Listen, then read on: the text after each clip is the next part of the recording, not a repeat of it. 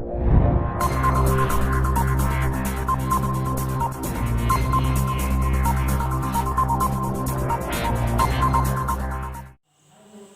साथियों, नमस्कार। मैं संतोष प्रजापति स्वागत करता हूं आपके अपने YouTube channel the amplifier classes पे। साथियों,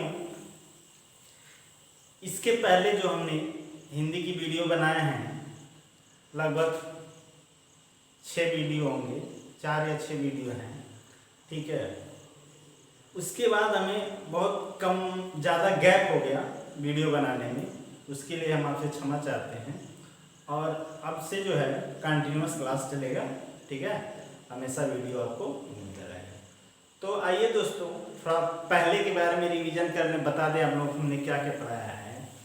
इसके पहले ये जो हम वर्ण विचार पढ़ा रहे हैं, ठीक है, क्या है वर्ण विचार। वर्ण विचार में यानी वर्ण की संरचना, कौन कौन से वर्ण हैं, कितने होते हैं, वर्णों का विभाजन, इसमें हमने आपको बताया है।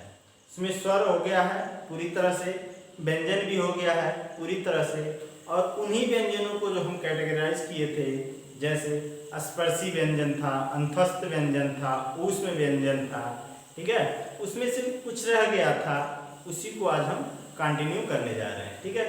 तो दोस्तों, उसमें जो रह गया था वो था संयुक्त व्यंजन। क्या था? संयुक्त व्यंजन। जैसे हमने ये बताया था ना, क च ट त प, ये 5 वर्ग हैं, ये हमारे क्या है, यहाँ देख लीजिए, क च ट त प, ये 5 वर्ग हैं। ये होता है अंग तक, ये होता है इया तक, ये अण तक होता है, ये न तक, ये म तक। इसके बारे में हमने पहले बता दिया है कि यह स्पर्शी व्यंजन कहलाता है, ठीक है। उसके बाद य र ल व, इसको बताए थे हम, क्या अंतस्थ व्यंजन कहलाता है। उसके बाद स स स, इसको बताए थे ऊष्म व्यंजन कहलाता है। और ये लास्ट में बता था छ त्र ज्ञ और स्र, इसको हम क्या करते हैं, संयुक्त व्यंजन कहते हैं।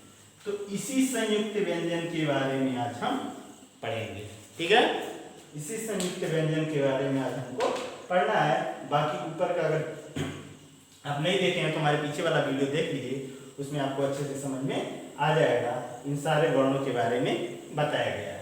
आज हम पढ़ेंगे क्या, संयुक्त व्यंजन, ठीक है। और संयुक्त व्यंजन हमारा कौन से में आता है, वर्ण विचार में। अभी हमारा क्या चल रहा है, वर्ण विचार, वर्णों से संबंधित प्रश्न, वर्णों से संबंधित प्रश्न किए जा रहे हैं, ठीक है, उसमें हम बता रहे हैं। तो संयुक्त व्यंजन क्या होता है, पहले ये आपको जानना जरूरी है कि संयुक्त व्यंजन होता क्या है, संयुक्त व्यंजन कहते किसको। जैसा कि नाम से ही आपको बता दें, संयुक्त, संयुक्त, इसमें क्या होगा, संयुक्त होगा। कहीं ना कहीं 2 या 2 से अधिक वर्णों का क्या होगा, संयोग होगा, मिलन होगा या जुड़ा हुआ होगा, वही क्या कहलाता है, संयुक्त कहलाता है। जैसा कि हमने एक परिभाषा भी लिखी हुई है कि 2 अलग अलग, क्या है कि 2 अलग अलग व्यंजनों को मिलाने से, अब व्यंजन क्या होते हैं, व्यंजन वही होते हैं क्या, क से लेकर के क ख ग घ अंग च छ ज झ, ये जो होते हैं, ये सब क से लेकर के यहाँ तक पूरा, ये सब व्यंजन कहलाते हैं। तो वही व्यंजन 2 अलग अलग व्यंजनों को मिलाने से जो नया व्यंजन बनता है उसे हम संयुक्त व्यंजन कहते हैं। क्या कहते हैं, संयुक्त व्यंजन कहते हैं, ठीक। ये 4 प्रकार के होते हैं। क्या होते हैं, ये मुख्यतः 4 प्रकार के होते हैं। 4 प्रकार मतलब 4 वर्ण होते हैं, ठीक है, ये 4 वर्ण होते हैं। यही जो लास्ट में होता है छ त्र ज्ञ और स्र, यही हमारा संयुक्त व्यंजन कहलाता है। संयुक्त व्यंजन में कैसे इनका निर्माण हुआ है और कैसे ये बने हैं, कैसे संयुक्त क्यों कहे जाते हैं, इसके बारे में थोड़ी सी चर्चा आप लोगों से हम कर ले रहे हैं। क्या देखिए, हमने लिखा क्या, ये बता दिया आप लोगों को, अलग अलग व्यंजनों को मिलाने से जो नया बनता है, नया व्यंजन बनता है, उसे हम क्या कहते हैं, संयुक्त व्यंजन कहते हैं। और ये मुख्यतः कितने होते हैं, 4 प्रकार के होते हैं। 4 प्रकार में कौन कौन सा, छ त्र ज्ञ और स्र, ठीक है। अब इन व्यंजनों का दो अलग अलग व्यंजनों से कैसे निर्माण हुआ है देखिए हम बता रहे हैं। जैसे क्या लिखा है छ, छ से क्या होता है छत्री, छत्री वाला छ है ये। अब इस छ में जो है ये क्या है क, क्या है ये क। अब क के नीचे क्या लगा है हलन। अब इसमें ये स, क्या है ये स, इसके नीचे लगा हुआ हलन। हलंत लगने का मतलब ये होता है ये वर्ण जैसे ये लिखा है क, इसमें हलंत लगा है यानी ये स्वतंत्र वर्ण है, ये किसी और इसमें स्वर नहीं है, स्वर रहित है, ठीक है। यानी ये क्या है इसका मतलब होता है ये आधा क है, ये पूरी तरह से क नहीं है। क अगर ये क है इसको हम बोलेंगे क, जब क का उच्चारण करेंगे तो क उसमें क्या आएगा अ, क के साथ अ क्या होगा जुड़ा हुआ होगा, इसलिए ये पूरा है और ये क्या होता है आधा, यानी दो आधा आधा वर्ण। यानी ये आधा को ये हलंत लगाने का मतलब क्या होता है आधा, ठीक है। यानी इसमें से स्वर को क्या कर दिया गया है निकाल दिया गया है और ये स, इसके नीचे भी हलंत है। इन दोनों वर्णों के मेल से जो नया वर्ण बना है इसी को हम क्या कहते हैं संयुक्त व्यंजन कहते हैं। यानी ये संयुक्त व्यंजन का वर्ण है। यानी छ से हमारा क्या हो गया क्षत्रिय, क्या हो गया क्षत्रिय। जब क्षत्रिय हमें लिखना होगा तो इसी छ की हमें क्या होगी जरूरत पड़ती है, ठीक है। दूसरा है हमारा त्र, क्या है त्र। त्र में भी ठीक जैसे इसको किए हैं उसी तरह से इसमें भी किया गया है। जैसे ये तो है, तो के नीचे हलंत लगा है और इसको हम प्लस कर दिए, र इसमें भी हलंत लगा है, त और र को जोड़ने के बाद हमारा क्या बना त्र, यानी त से क्या हो गया त्रिशूल, क्या हो गया त्रिशूल, ठीक है। उसी तरह से तीसरा वाला ज्ञ, ज्ञ में क्या होता है ज प्लस य, यह क्या होता है च वर्ग का अंतिम वर्ण। ये यह क्या है च वर्ग का अंतिम वर्ण, ये वाला अंतिम वर्ण क्या है यह होता है ज और य, यानी आधा ज, इसके नीचे हलंत लगा हुआ है, हलंत का मतलब आधा, और ये य, इन दोनों को मिलाने के बाद ठीक है जो नया वर्ण बना, नया व्यंजन बना, नया वर्ण बना, वही क्या कहलाता है संयुक्त व्यंजन कहलाता है। यानी ग से क्या हो गया ज्ञानी, क्या हो गया ज्ञानी। और चौथा हमारा है स्र, स्र में क्या ये बड़ा वाला स, जो स से सलगम वाला स होता है ना बड़ा वाला स, इसके नीचे क्या लगा हलन और इसमें र, र में भी क्या लगा है हलन। यानी स और र इन दोनों को जोड़ने के बाद, इन दोनों मिलाने के बाद जो नया वर्ण बना हमारा ये क्या हो गया स्र, स्र से यानी क्या श्रीमान, क्या हो गया श्रीमान, श्रमिक, यानी कुछ भी लिख सकते हैं हम, यानी इन वर्णों से शुरू होने वाले कोई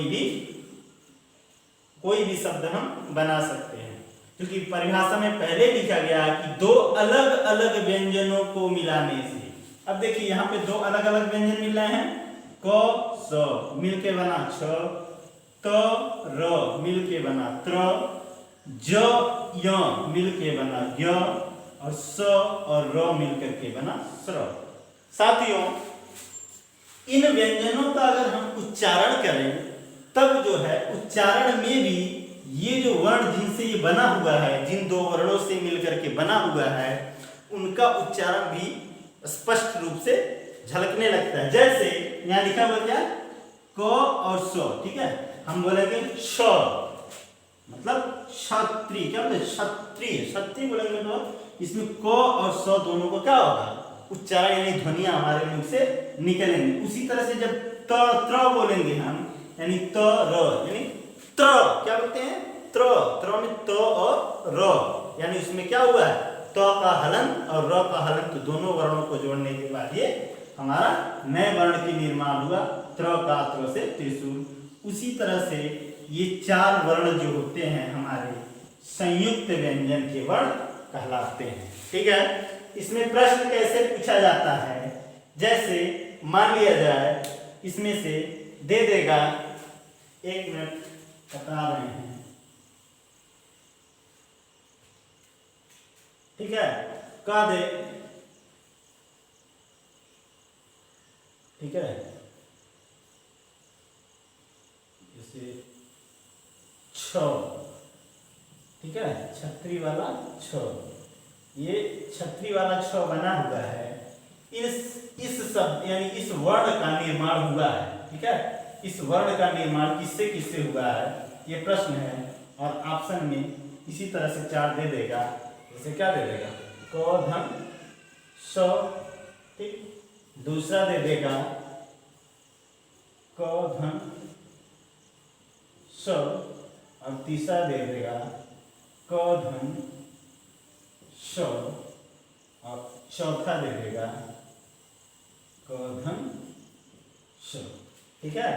अब हमें बताना है कि छतरी वाला ये जो है, इस व्यंजन का जो निर्माण हुआ है, ये छतरी वाला 6 का, ये कौन कौन से 2 वर्णों के मेल से बना हुआ है। यानी जैसे कि यहाँ पे कहा गया कि 2 अलग अलग, यानी कौन कौन से 2 अलग अलग व्यंजनों से मिल करके बनाया गया।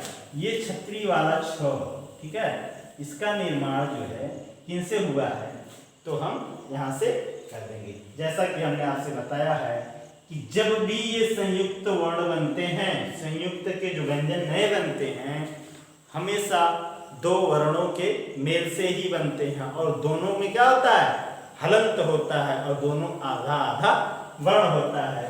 तो यहाँ देखेंगे पहले वाले में ये क के नीचे हलंत लगा हुआ है, और 100 के नीचे हलंत लगा हुआ है, यानी यही वाला हमारा सही हो जाएगा। सब में वही है, क दिया हुआ, लेकिन यहाँ देखेंगे यहाँ पे हलंत नहीं लगा है और यहाँ हलंत लगा है, तो ये हमारा नहीं होगा।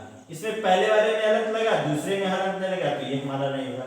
इसमें दोनों में नहीं लगे तो पक्का नहीं होगा, यानी कौन सा होगा हमारा, ये वाला।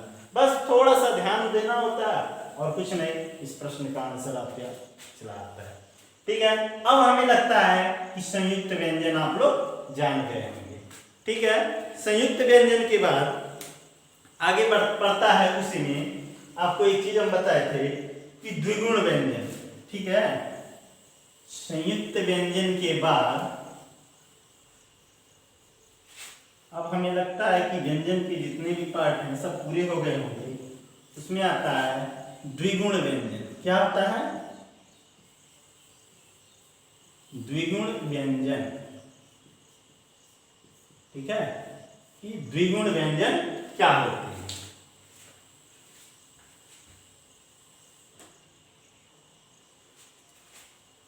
ठीक है दोस्तों, तो उसके बाद हमारा क्या है, द्विगुण व्यंजन, ठीक है। वर्णों में हम बताए हैं, हमारा पीछे वाला वीडियो देखेंगे तो आपको पता चल जाएगा। जब वर्ण का हम विभाजन, वो व्यंजन का जब हम विभाजन कर रहे थे, उसमें अलग अलग कैटेगरी बताए थे कि कुछ स्पर्शी व्यंजन बनाए थे, जैसे क च ट त प, ये जो 5 वर्ग होते हैं, क से लेके अंग तक, च से लेकर के इय तक, ट से लेके अण तक, त से लेकर के न, प से लेकर के म, ठीक है। तो इसी में एक वर्ग आता है ट वर्ग। क्या होता है ये ट वर्ग, ठीक है। ट वर्ग में कौन कौन से अक्षर होते हैं, ट, ठ, ड, ढ, अण, ठीक है। ट वर्ग में कौन सा है, इसको हम बोलते हैं ट वर्ग। क्या बोलते हैं हम इसको, ट वर्ग। यानी ये जितने भी हैं इसको हम वर्ग के नाम, जैसे इसको हम बोलेंगे क वर्ग, क ख ग घ, च वर्ग, च छ ज झ ञ, ठीक है। उसी तरह से ये होगा ट वर्ग। क्या है, ट वर्ग। ट वर्ग में जो है इसी के आगे 2 वर्ण और जोड़ दिए गए हैं, जो ड और ढ, ठीक है। यहाँ दिखाई नहीं दे रहा होगा, इधर लिख दे रहे हैं हम। क्या होता है ड और ढ, ठीक है। अब इन दोनों में अंतर क्या है, आप पूछेंगे यही चीज तो यहाँ भी लिखा गया है, ठीक है। नहीं, ये चीज यहाँ पर नहीं लिखा गया है, इन दोनों में अंतर होता है। और अंतर कैसे हम पता करेंगे, बता रहे हैं आपको, ठीक है। पहले जान लेते हैं हम इसको कहते क्या है। इन्हीं को जो है हम क्या कहते हैं? द्विगुण व्यंजन, उच्छित व्यंजन या अतिरिक्त व्यंजन। तीन नामों से जानते हैं। किस किस नाम से? द्विगुण व्यंजन के नाम से, उच्छित व्यंजन के नाम से, अतिरिक्त व्यंजन के नाम से। ठीक है, द्विगुण क्यों? क्योंकि इसमें दो गुण पाए जाते हैं। यही चीज है ड और ढ, इसी को यहाँ लिखे हैं, लेकिन थोड़ा सा इसमें परिवर्तन है। परिवर्तन क्या है कि इसके नीचे क्या है? ये बिंदी लगी हुई है। क्या लगी हुई है? बिंदी लगी हुई है। यही इसके दूसरे गुण को दर्शाता है। ये पहला गुण और ये दूसरा गुण। ठीक है, संरचना के हिसाब से तो दोनों सेम एक ही है। जैसे इसकी संरचना की गई उसी तरह इसकी संरचना की गई है। लेकिन द्विगुण व्यंजन में ये जो होते हैं दो वर्ण, इस ट वर्ग में यहाँ पर आते हैं। किसी किसी वर्णमाला की किताब में आपको लिखी हुई मिलेगी और किसी किसी में नहीं। सभी किताबों में लिखा हुआ नहीं मिलेगा, लेकिन ये अलग से होता है, इसीलिए इसको हम अतिरिक्त कहा जाता है और उच्छित व्यंजन के नाम से भी जानते हैं। अब आइए बताते हैं कैसे हम पता करेंगे कि इसका प्रयोग कब होगा, इसका प्रयोग कब होगा, कब ये ट वर्ग का स्पर्शी व्यंजन कहलाएगा। क्योंकि ये पूरा 25 वर्ण जो होता है, क से लेकर के प तक पांचों वर्ग का 25 अक्षर स्पर्शी व्यंजन कहलाता है। क्या कहलाता है? स्पर्शी व्यंजन कहलाता है। और इसके आगे ये जो दो बने हुए हैं, इसको हम क्या बोलते हैं? द्विगुण व्यंजन कहते हैं, उच्छित व्यंजन कहते हैं या अतिरिक्त व्यंजन के नाम से भी जानते हैं। तो इसका प्रयोग हम बता रहे हैं आपको, कैसे बताना है, कब ये द्विगुण होगा और कब ये स्पर्शी व्यंजन कहलाएगा। ठीक है, बहुत ज्यादा इसमें अंतर नहीं है, थोड़ा सा अंतर है। बस यही देखना होता है कि इसके दोनों के नीचे क्या बिंदी नहीं लगी हुई है और इन दोनों के नीचे क्या है? बिंदी लगी हुई। केवल इस बिंदी से ही हम पहचान नहीं कर सकते हैं। ठीक है, जैसे हमें लिखना हो, अगर इसका उच्चारण करें हम अड़, क्या बोलेंगे? अड़। जैसे पढ़ते हैं ट ठ ड ढ, ये ड और ढ है। क्या है? ड और ढ है। लेकिन इसका जब उच्चारण करेंगे हम क्या जाएगा? ड़ और ढ। ठीक है, क्या हो जाएगा? ड़। क्या होगा? अड़ होगा। और इसका होगा अढ़। ये होगा अड़ और ये होगा अढ़। यानी इसका उच्चारण क्या होगा? अड़ से होगा और इसका उच्चारण क्या होगा? अढ़ से होगा। ठीक है, यही उच्चारण, यही ध्वनि जब हमारे मुख से निकलेगी तब हम पता लगा लेंगे कि ये उच्छित व्यंजन है, यानी द्विगुण व्यंजन है कि ये स्पर्शी व्यंजन है। जैसे कुछ एग्जांपल्स हम आपको बता रहे हैं। एग्जांपल्स क्या है? जैसे लिखा है क्या? डमरू। क्या लिखा है? डमरू। ठीक है, क्या लिखा हुआ है? एक शब्द लिखा हुआ है यहाँ पे डमरू। ठीक है, और एक शब्द और लिख रहे हैं हम इसी के नीचे,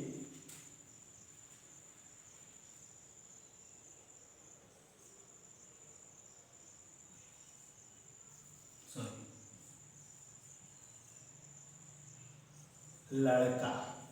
ठीक है, क्या लिख रहे हैं? यहाँ पे लिखा हमने क्या? डमरू। ये क्या लिखा हुआ है? डमरू। और यहाँ पे हम लिखे क्या? लड़का। ठीक है, यहाँ पे भी ड आया है, यहाँ पे भी ड आया है। ठीक है, लेकिन ये वाला जो ड है, ये वाला स्पर्शी व्यंजन का ड है। ये वाला ड है, यानी स्पर्शी व्यंजन इसको हम कहेंगे, ये स्पर्शी व्यंजन का ड है। लेकिन ये जो लिखा हुआ क्या? लड़का। ठीक है, इसका जो हम प्रोनाउंसिएशन यानी इसका जो उच्चारण करते हैं अपने मुंह से तो होगा डमरू। क्या होगा? डमरू। लेकिन जब इसका उच्चारण करेंगे तो क्या होगा? लड़का। क्या होगा? लड़का। अड़ आ रहा है ना, अड़ आ रहा है इसमें ना, इस ड में इसकी उच्चारण क्या होता है? अड़ आ रहा है। इसलिए जहां पे ये वाला लिखा होगा इसको हम क्या बोलते हैं? द्विगुण व्यंजन, उच्छित व्यंजन या अतिरिक्त व्यंजन के नाम से जानते हैं। और ये वाला ड जो होता है ये स्पर्शी व्यंजन कहलाता है, यानी ट वर्ग का ही ये भी वर्ण है। ठीक है, ट वर्ग का, लेकिन उसको अलग रखा गया है, उससे अलग उसी वर्ग में आगे स्थान दिया गया है, एक अतिरिक्त स्थान दिया गया, इसीलिए इसको अतिरिक्त व्यंजन भी कहते हैं। अभी लगता है आपको समझ में आ गया होगा। दो एक एग्जाम्पल और बता रहा हूँ। ठीक, हाँ, इसका भी बता रहे हैं, यानी ये ढ का। इसका कैसे होगा? यहाँ पे देख लीजिए,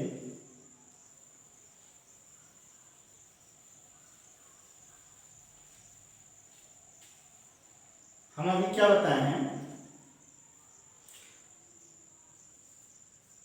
ड और ढ, ठीक है। इसको अड़ अड़ और इसको होगा अढ़, ठीक है। ये अड़ होगा और ये क्या होगा, अढ़ होगा, यानी इसका उच्चारण अड़ से होगा, इसका उच्चारण अढ़ से होगा। इसके बारे में हमने बता दिया, वही जैसे क्या कि डमरू, ठीक है, और लड़का, ठीक है। तो यहाँ पे जब इस वर्ण से शुरुआत हो, यानी इस वर्ण की शुरुआत ड से अगर वर्ण शब्द शुरू हो रहा है तब तो वो क्या कहलाएगा, स्पर्शी व्यंजन कहलाएगा।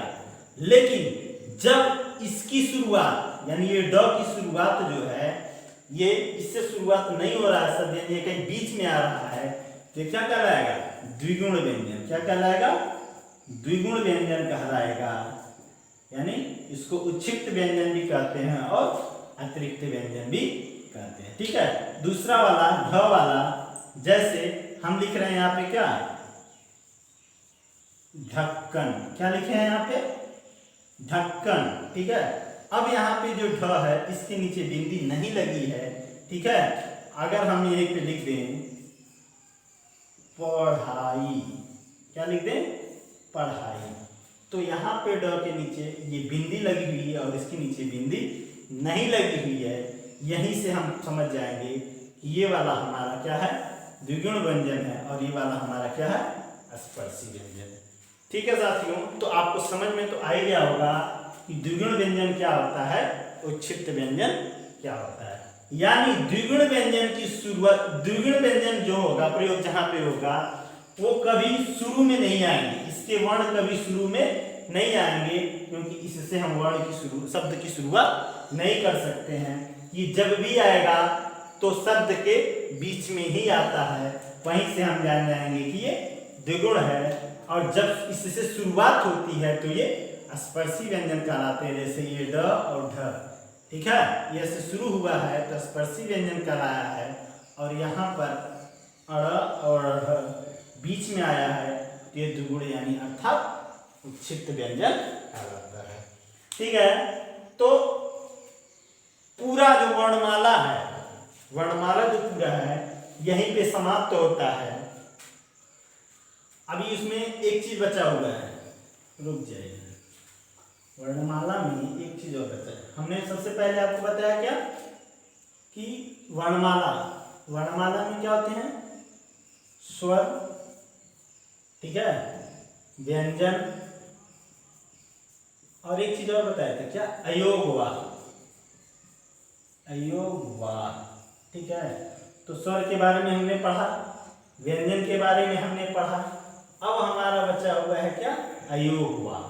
अयोगवाह क्या होता है और कुल वर्णमाला में कुल कितने अक्षर होते हैं। तो वर्णमाला में कुल जो है, कुल अक्षरों की संख्या अगर पूछी जाए तो कुल अक्षरों की संख्या कितनी होती है, 52 होती है। कितनी होती है, 52 होती है। ये कैसे, क्योंकि स्वर क्या होते हैं हमारे 11 होते हैं, अयोगवाह कितने होते हैं, 2 होते हैं, और व्यंजन कितने होते हैं, 33। तो ये व्यंजन हो जाते हैं सीधे सीधे करके, ठीक है।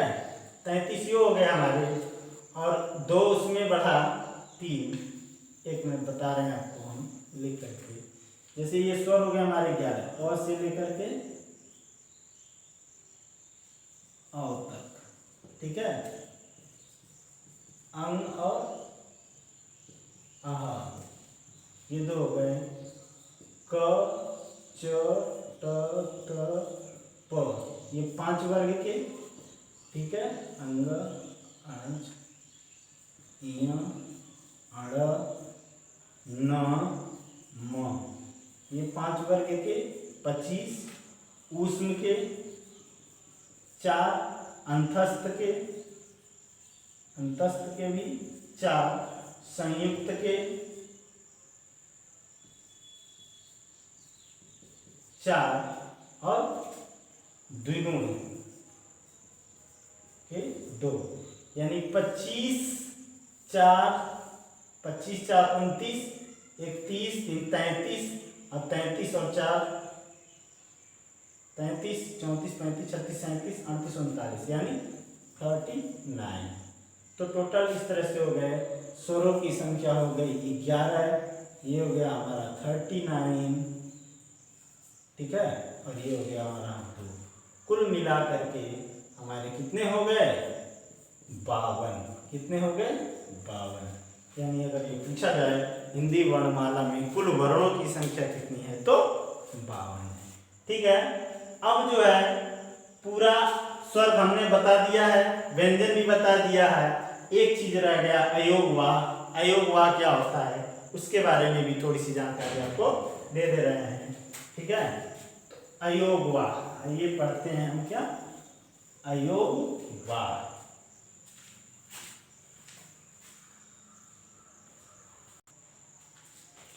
ठीक है साथियों, तो अंतिम हमारा क्या बनता है? अयोगवाह, ठीक है। वर्णमाला का विभाजन तो हमने कर दिया 2 भागों में, स्वर और व्यंजन, ठीक है। उसी में एक आता है अयोगवाह, ठीक है। अयोगवाह कौन कौन से होते हैं? अंग और आह, ये 2 जो होते हैं, ठीक है। स्वर में जैसे स्वर होता है ना, ओ आ ई, बड़ी ई, छोटा ऊ, बड़ा ऊ, री, ए, आई, ओ, औ, अंग और आ।